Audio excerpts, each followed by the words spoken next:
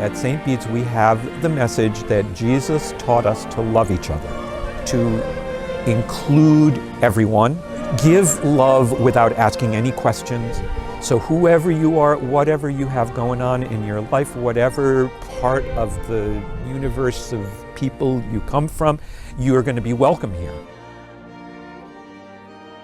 If you boil it down to the essence, to me it's a combination of tradition. So you have that tradition people a lot of times associate with the Catholic Church or other traditional churches. And then the openness and friendliness and embracing of modern ideas. And so it kind of combines those two. St. Bede's is a merger of two smaller parishes. Around the late 1990s, we invested in remodeling the parish and the sanctuary to its present form. We're a boutique parish, but we do big things. This is our strength, and we can capitalize on that and use that for progress and spirituality. I love St. Bede's because right away it's that place of hospitality. That's one of the magical things about this place. You'll always have a hug or a handshake or someone to talk to or a friend here. So part of it is the size of the congregation, keeps it kind of intimate and friendly. The other part is they ask you to get involved. It's just kind of in a welcoming way that feel like, I'm valued here, somebody wants me to participate. In the Episcopal Diocese of Los Angeles, you have your choice of whatever you want, big, small, medium. One thing about St. Bede's, and I tell people when they come here, you cannot be anonymous because somebody's going to say, hi, how are you? And then all of a sudden they're going to want you to come start being in something. So we don't have anonymous people here. I've been music director here on and off since 1981.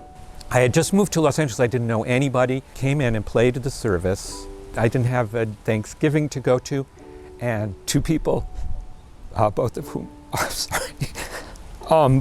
are deceased now, came up to me after the service and said, "We hope you have someplace to spend Thanksgiving."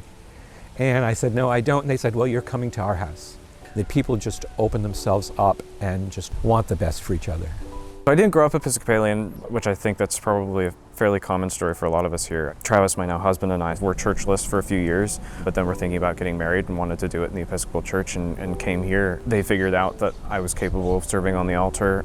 That's just one of those sorts of wonderful things about St. Bede's. I've really enjoyed the services, the sermons, but the other big part for me has been the outreach opportunities. Right now, Neighbors for Neighbors, helping the homeless here in Los Angeles, or battered women's situations. All the different ways that we can participate in outreach to not only make this community here at St. Bede's better, but making the broader Mar Vista Los Angeles community better, as well as the world community better. So one of the things we do is we really incorporate people. It's been exciting to see the kind of people we've engaged with since we've started doing things online, both Zoom interactive things or even just posting the live services online. If you're sick or recovering from an illness and have to be at home for some reason, you still have the opportunity to attend church. Almost everything we did for Holy Week, and we had a robust every night Holy Week, was on Zoom if you wanted to come that way. And the other thing is we have a lot of people who no longer can come to church and now they can still participate. I think, to be fair, a very challenging situation for almost every denomination right now.